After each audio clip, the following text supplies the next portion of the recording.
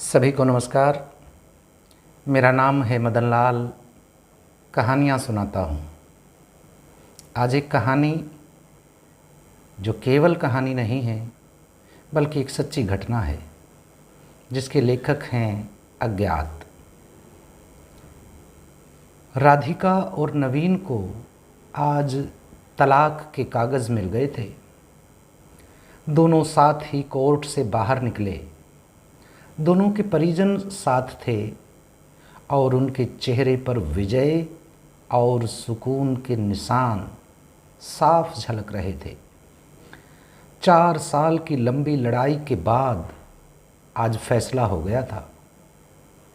10 साल हो गए थे शादी को, मगर साथ में 6 साल ही रह पाए थे दोनों। 4 साल तो तलाक की कार्यवाही में ही निकल गए। राधिका के हाथ में दहेज के सामान की लिस्ट थी जो अभी नवीन के घर से लेना था, और नवीन के हाथ में गहनों की लिस्ट थी जो राधिका से लेने थे। साथ में कोर्ट का यह आदेश भी था कि नवीन 10 लाख रुपए की राशि एक मुश्त राधिका को चुकाएगा। राधिका और नवीन दोनों एक ही टेम्पो में बैठकर नवीन के घर पहुंचे। दहेज में दिए सामान की निशानदेही राधिका को करनी थी, इसलिए 4 वर्ष बाद ससुराल जा रही थी। आखिरी बार, बस उसके बाद कभी नहीं आना था इधर। सभी परिजन अपने अपने घर जा चुके थे। बस 3 प्राणी बचे थे, नवीन, राधिका और राधिका की माँ। नवीन घर में अकेला ही रहता था। माँ, बाप और भाई आज भी गांव में ही रहते थे। राधिका और नवीन का इकलौता बेटा, जो अभी 7 वर्ष का है, कोर्ट के फैसले के अनुसार बालिग होने तक वह राधिका के पास रहेगा। नवीन महीने में 1 बार उससे मिल सकता है। घर में प्रवेश करते ही पुरानी यादें ताज़ा हो गई। कितनी मेहनत से सजाया था इसको राधिका ने। एक एक चीज में उसकी जान बसी थी। सब कुछ उसकी आंखों के सामने बना था। एक एक ईंट से धीरे धीरे बनते घरौंदे को पूरा होते देखा था उसने। सपनों का घर था उसका। कितनी शिद्दत से नवीन ने उसके इस सपने को पूरा किया था। नवीन थका हारा सा सोफे पर पसर गया।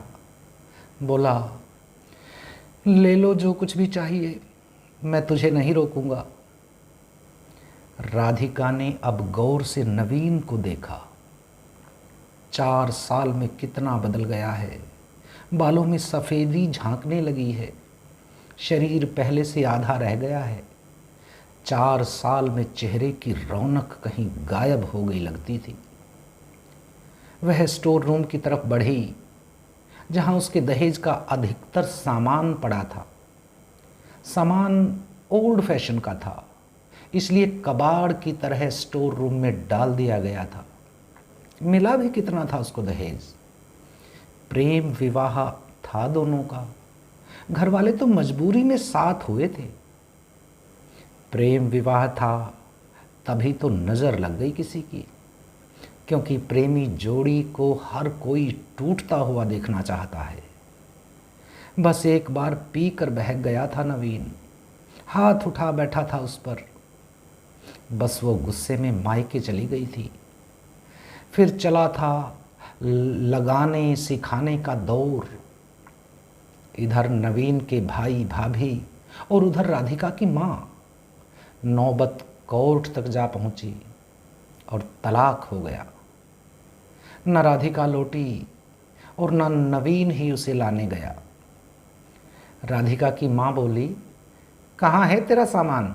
इधर तो नहीं दिखता। बेच दिया होगा इस शराबी ने।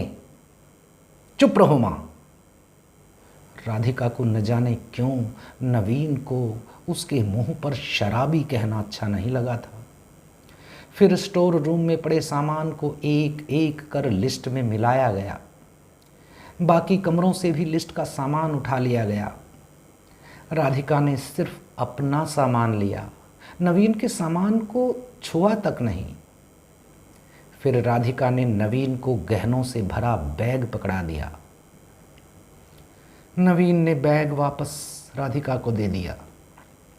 रख लो, मुझे नहीं चाहिए, काम आएंगे तेरे मुसीबत में। गहनों की कीमत 15 लाख से कम नहीं थी।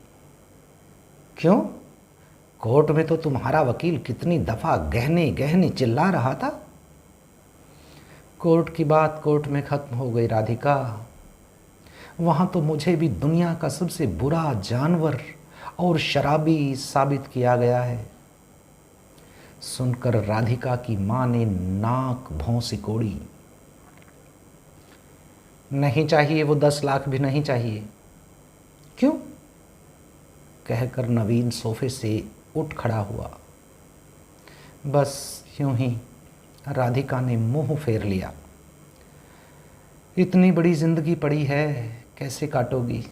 ले जाओ, आड़े वक्त में काम आएंगे। इतना कहकर नवीन ने भी मुंह फेर लिया और दूसरे कमरे में चला गया। शायद आँखों में कुछ उमड़ा होगा जिसे छुपाना भी जरूरी था। राधिका की माँ गाड़ी वाले को फ़ोन करने में व्यस्त थी। राधिका को मौका मिल गया। वो नवीन के पीछे उस कमरे में चली आई। वो रो रहा था, अजीब सा मुंह बनाकर, जैसे भीतर के सैलाब को दबाने की जद्दोजहद कर रहा हो। राधिका ने उसे कभी रोते हुए नहीं देखा था। आज पहली बार देखा। न जाने क्यों दिल को कुछ सुकून सा मिला, मगर ज़्यादा भावुक नहीं हुई। सधे अंदाज में बोली, इतनी फिक्र थी तो क्यों दिया तलाक? मैंने नहीं, तलाक तुमने दिया। दस्तखत तो तुमने भी किए, माफ़ी नहीं मांग सकते थे? मौका कब दिया तुम्हारे घर वालों ने? जब भी फ़ोन किया काट दिया। घर भी आ सकते थे, हिम्मत नहीं थी?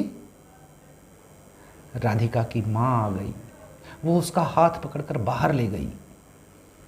अब क्यों मुंह लग रही है इसके? अब तो रिश्ता भी ख़त्म हो गया। माँ बेटी बाहर बरामदे में सोफे पर बैठकर गाड़ी का इंतज़ार करने लगी। राधिका के भीतर भी कुछ टूट रहा था। दिल बैठा जा रहा था। वो सुन्न सी पड़ती जा रही थी। जिस सोफे पर बैठी थी उसे गौर से देखने लगी। कैसे कैसे बचत करके उसने और नवीन ने वो सोफ़ा ख़रीदा था। पूरे शहर में घूमी, तब यह पसंद आया था। फिर उसकी नज़र सामने तुलसी के सूखे पौधे पर गई। कितनी शिद्दत से देखभाल किया करती थी। उसके साथ तुलसी भी घर छोड़ गई। घबराहट और बढ़ी तो वह फिर से उठकर भीतर चली गई। माँ ने पीछे से पुकारा, मगर उसने अनसुना कर दिया। नवीन बेड पर उल्टे मुंह पड़ा था। एक बार तो उसे दया आई उस पर, मगर वह जानती थी कि अब तो सब कुछ खत्म हो चुका है, इसलिए उसे भावुक नहीं होना है। उसने सरसरी नज़र से कमरे को देखा। अस्त व्यस्त हो गया है पूरा कमरा। कहीं कहीं तो मकड़ी के जाले झूल रहे हैं। कितनी नफरत थी उसे मकड़ी के जालों से। फिर उसकी नज़र चारों ओर लगी उन फोटो पर गई जिनमें वो नवीन से लिपट कर मुस्कुरा रही थी। कितने सुनहरे दिन थे वो। इतने में माँ फिर आ गई। हाथ पकड़कर फिर उसे बाहर ले गई। बाहर गाड़ी आ गई थी। सामान गाड़ी में डाला जा रहा था। राधिका सुन्न सी बैठी थी। नवीन गाड़ी की आवाज़ सुनकर बाहर आ गया। अचानक नवीन कान पकड़कर घुटनों के बल बैठ गया। बोला, मत जाओ, माफ़ कर दो। शायद यही वो शब्द थे जिन्हें सुनने के लिए 4 साल से तड़प रही थी वह। सब्र के सारे बांध एक साथ टूट गए। राधिका ने कोर्ट के फैसले का कागज निकाला और वहीं फाड़ दिया। और माँ कुछ कहती उससे पहले ही लिपट गई नवीन से। साथ में दोनों बुरी तरह रोते जा रहे थे।